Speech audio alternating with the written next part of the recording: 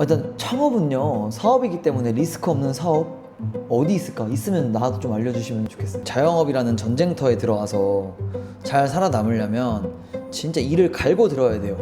샵인샵 창업이 안 되는 이유를 말씀드리자면, 자연스럽게 관리해야 되는 식자재들이 많아지고요, 로스가 생기고요, 원가율이 자연스럽게 올라갈 수밖에 없겠죠. 잘 아셔야 될 거, 자영업은요 바쁘면 힘들어요. 일단 뭐든지. 근데 안 바쁘면 10배로 힘들어요.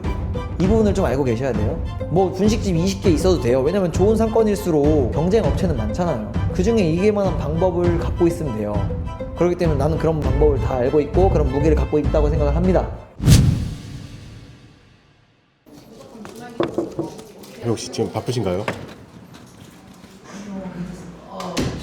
요즘에 가맹문이 좀 많이 오는 것 같아가지고 관련해가지고 좀 촬영 좀 하려고 합니다. 혹시. 지금 요즘에 깜빡이도 아예 안 켜고 들어와 버리시네요. 네. 진짜. 하긴 뭐 우리 채널에 깜빡이 켜고 하면 재미없을 수 있겠다. 네, 오히려 이렇게 갑자기 해야 좀 영상 건질 게 많이 나오더라고요. 다름 아니라 요즘에 가맹문의가 거의 한 달에 한 3, 40건? 거의 매일매일 들어오는 것 같던데 네. 갑자기 이렇게 가맹문의가 많아진 이유가 있을까요? 제 생각에는 이제 저희 브랜드의 매력을 많이 느끼고 운영 중인 매장에서 먹어도 보고 먹어보신 분들이 많이 오는 것 같은데, 맛이 있으니까 그만큼 문의가 들어오는 것 같아요. 그래서 음식 샘플이 있으니까 맛보시려면 한번 오세요 이렇게 말씀을 드려도 다 먹어봤다고 말씀을 하세요. 그 요즘에 막 경기 불확실하니까 소자본 창업에 좀 관심 갖고 이런 흐름은 좀 없을까요? 많이 있어요. 그거 어쩔 수 없어. 소자본 창업은 뭐 계속해서 일어날 수밖에 없을 거고, 저희도 뭐 소자본 창업 중에 하나로 포함이 되니까 이제 연락을 많이 해주시는 것 같아요. 그럼 상담하실 때 좀 주로 어떤 거 많이 물어보세요? 창업 비용 첫 번째, 업종 변경했을 때 어떻게 비용을 줄일 수 있는지나, 아니면 매출, 아니면은 뭐 마진, 배달 전문점으로 가능한지. 샵인샵 창업 문의가 진짜 많아요. 근데 우리는 안 받으니까. 샵인샵 브랜드로 문의 줬다가 우리 브랜드에 대한 매력을 느끼고 지금 있는 브랜드를 접고 우리 브랜드로 들어오겠다라고 하시는 분들이 많이 있고, 현재 뭐 복합 쇼핑몰 상권에서도 같이 얘기를 하고 있고, 다양하게 뭐 창업에 대해서 얘기를 하고 있죠. 근데 창업 고려하시는 분들이 소자본으로 하시면 그 버는 것도 중요한데 리스크에 대해서도 많이 신경 쓰실 것 같거든요. 리스크 신경 많이 쓰죠. 혹시 그런 거는 어떤 부분으로 좀 리스크가 있다라고 좀 얘기하세요? 일단 창업은요, 사업이기 때문에 리스크 없는 사업 어디 있을까? 있으면 나도 좀 알려주시면 좋겠어요. 리스크 없는 사업은 일단 없죠. 무조건 없고, 자영업이라는 전쟁터에 들어가서 잘 살아남으려면 진짜 이를 갈고 들어야 돼요. 근데 간혹 가다가 장사 안 해보신 분들은 소자본 창업이니까 부담이 없다, 경험이니 한번 해보자 라고 하시는데, 그런 분들한테는 제가 솔직히 말해서 현실적으로 말씀드려요. 근데 그런 분들이 이제 다른 영업사원분들이랑 상담을 하다 보면 자영업은 쉽고 본인의 시스템은 쉽고 뭐 잘 되는 내용만 듣다 보니까 혹해서 창업을 할 수도 있다고 생각이 들긴 하더라고요. 현실적으로 말씀드려요. 이게 뭔가 영업을 못한다고 생각할 수도 있는데, 저는 뭔가 우리랑 결이 맞아야 되고, 그 다음에 추후에도 우리랑 같이 파트너십으로 가면서 만족도가 있어야 된다고 생각하기 때문에, 만족감을 처음부터 느끼게 해주기 위해서 제 생각을 많이 말씀드리기는 편이죠. 배달 전문점으로 창업을 하겠다. 월세가 얼마입니까? 이렇게 물어보면 한 30만 원, 40만 원 정도 합니다.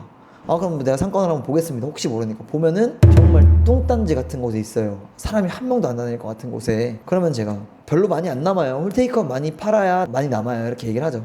왜냐면 마진율 차이가 많이 크니까. 그거는 제가 말씀을 드릴 수밖에 없는 부분이고, 샵인샵 창업이 안 되는 이유를 말씀드리자면, 한 주방에 여러 업종이 들어오면요, 자연스럽게 관리해야 되는 식자재들이 많아지고요, 로스가 생기고요, 원가율이 자연스럽게 올라갈 수밖에 없겠죠. 그리고 샵인샵을 내게 되면 배달로 나가야 될 텐데 원가율도 높아지고 로스도 많이 나는데 배달 수수료도 세요. 그럼 더 안 남겠죠. 관리해야 될 자재들 재고가 많아지다 보면은 음식의 퀄리티도 떨어져요.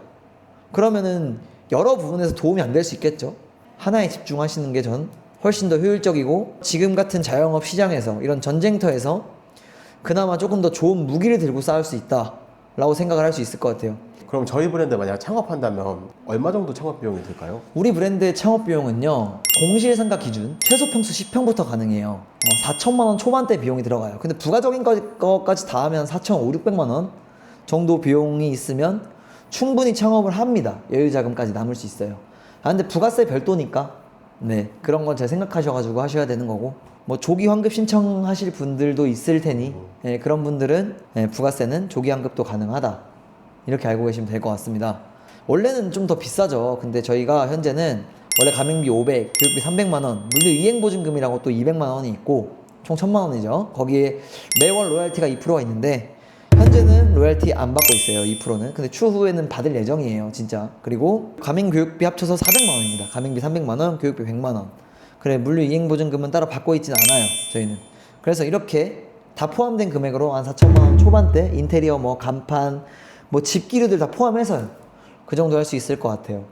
근데 비용을 줄일 수 있는 방법이 있어요. 뭐 업종 변경이나 아니면 집기는 회사나 아니면 정해진 규격에 대한 사이즈가 있기 때문에 그런 품목들을 보내주면 사장님이 수고는 하시겠지만 중고로 알아보실 수 있는 이런 혜택도 드리고 있으니까 집기 새 거라면 1200만 원 정도 되는데 중고로 사시면 5, 600이면 다 사시더라고요. 절반이네요. 절반이에요. 더 싸게 사시는 분도 있습니다. 그럼 저희 혹시 운영 방식은 좀 어떻게 되나요? 잘 아셔야 될 거. 자영업은요. 바쁘면 힘들어요. 일단 뭐든지. 근데 안 바쁘면 10배로 힘들어요.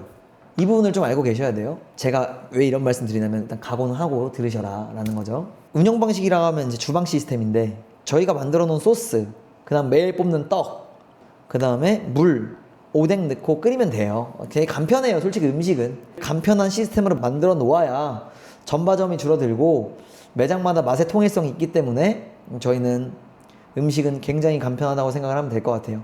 그 뭐 판떡볶이를 미리 초벌해 놓고 판매하는 방식이에요. 그래서 뭐 순대도 미리 쪄놓고 오뎅도 미리 국물을 끓여놓고 하루 종일 써요. 우린 국물이 맛있으니까.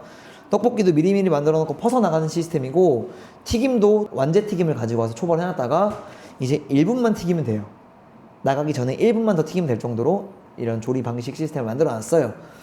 이게 왜냐면 분식은 홀테이크아웃에 집중하는 만큼 손님에게 만족감을 주기 위해서는 여러 가지의 요소가 필요합니다. QSC라고 하죠. 기본적인 기본기 이외에 회전율도 분식은 굉장히 중요한 아이템 중에 하나예요. 예를 들어 볼게요. 사장님들께서 패밀리 레스토랑에서 음식을 먹을 때 좋은 빵과 에피타이저가 나오면서 2, 30분 정도 기다리는 건 괜찮죠. 그만한 환경이 갖춰져 있기 때문에. 하지만 분식은요, 급한 사람들이 와서 빨리 포장을 해가야 되고 아니면 혼자 빨리 먹고 가야 되는 음식이란 말이죠. 그렇기 때문에 이런 회전율도 너무너무 중요합니다.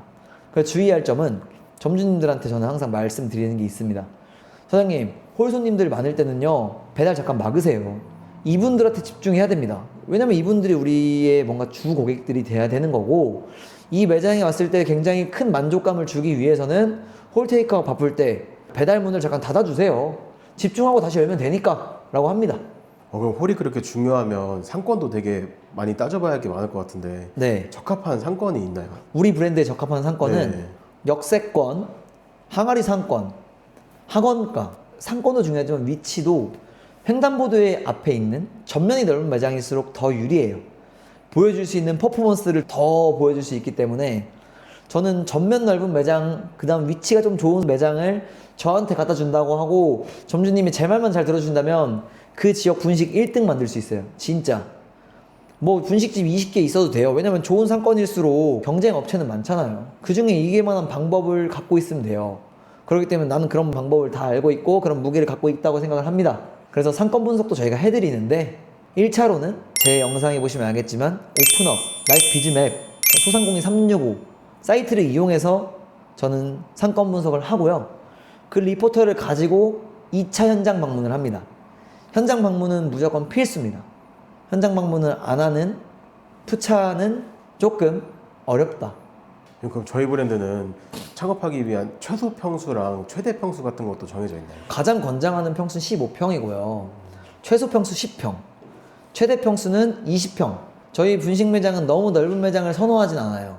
이게 왜냐면 이 분식이라는 게 저희가 키오스크를 앞에 매장 입구에 놓는 이유가요. 키오스크에 주문하는 손님들을 밖에서 봤을 때 이 매장이 굉장히 활발해 보이고 매장이 잘 돼 보인다는 이런 마케팅 효과를 좀 줄 수 있습니다. 그래서 키오스크를 놓는 건데 또 회전율이 빠른 음식인 만큼 테이블 수 적절히 배치가 돼서 손님들이 정말 많이 매장이 있어야 밖에서 보기에도 이 매장이 정말 잘 되고 맛집이구나라는 인식을 할 수 있기 때문에 저희는 이렇게 10에서 15평, 넓게는 20평 매장을 가장 선호합니다.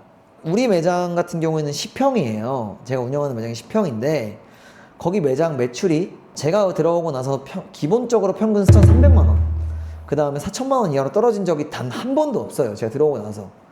그건 제 목표 수치가 높기 때문이고 지금 매출에도 안주하지 않고 계속 열심히 하고 있기 때문에 저는 그렇게 매출을 일으킬 수 있다고 생각을 합니다.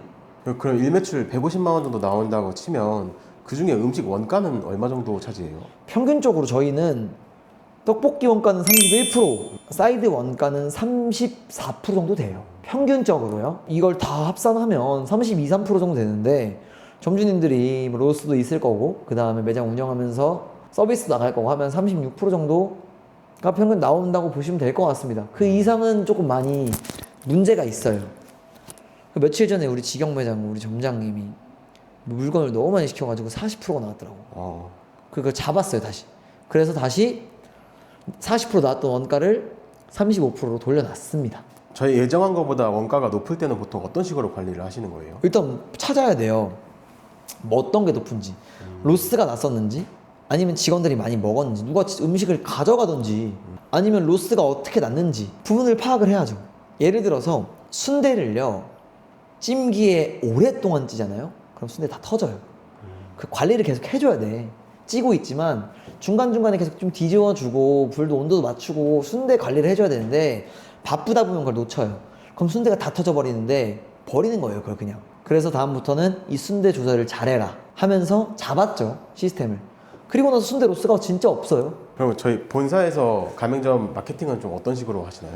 가맹점들이 잘 되고 그 매장을 찾아가야 우리 브랜드도 많이 알릴 수 있기 때문에 인플루언서들이랑도 협업을 되게 많이 하는 것 같아요. 바이럴 마케팅은 좀 많이 하는 편이긴 합니다. 저는 뭔가 그 지역의 인플루언서들을 아끼지 않고 보내려고 하는 것 같아요 정말로. 근데 이게 점주님들이 가끔 가다가 영업에 좀 지장이 생기고 좀 불편하시다고 해서 잘 안 하시는 분들이 계시긴 하더라고요. 근데 저는 되게 이제 그분들의 가치가 되게 크다고 생각을 해서 아깝죠 그런 게. 그래서 지금 봉담점은 봉담 인플루언서들이 많이 오고 봉담 광고하니까 진짜 주말 되면요 홈테이크아웃 사람들 미쳐요. 계속 꽉 차요. 10평이어서 자리가 되게 좁잖아요. 그리고 이제 우리가 날이 좀 풀리면 테라스 피거든요. 아마 봄 정도에 오시잖아요. 봄에서 한 가을 정도에 오시면 테라스 사람 쫙 깔렸을걸요. 그만큼 드시고 싶으신데도 자리가 없어가지고 못 드시고 가시는 분들 많이 계셔요. 그럼 본사에서 마케팅을 되게 다양하게 하셨던 것 같은데 좀 되게 유효했던 사례나 이런 건 좀 돈을 날렸다 하신 사례도 혹시 있을까요? 돈을 날렸던 사례 있어요. 마케팅은 어찌됐건 우리 브랜드에 대한 정체성과 우리 브랜드가 어떤 걸 가장 잘하는지를 알고 그 부분을 알려야 되는데 그걸 모르고 마케팅 업체에서 해준다고 그냥 맡겨버리는 경우.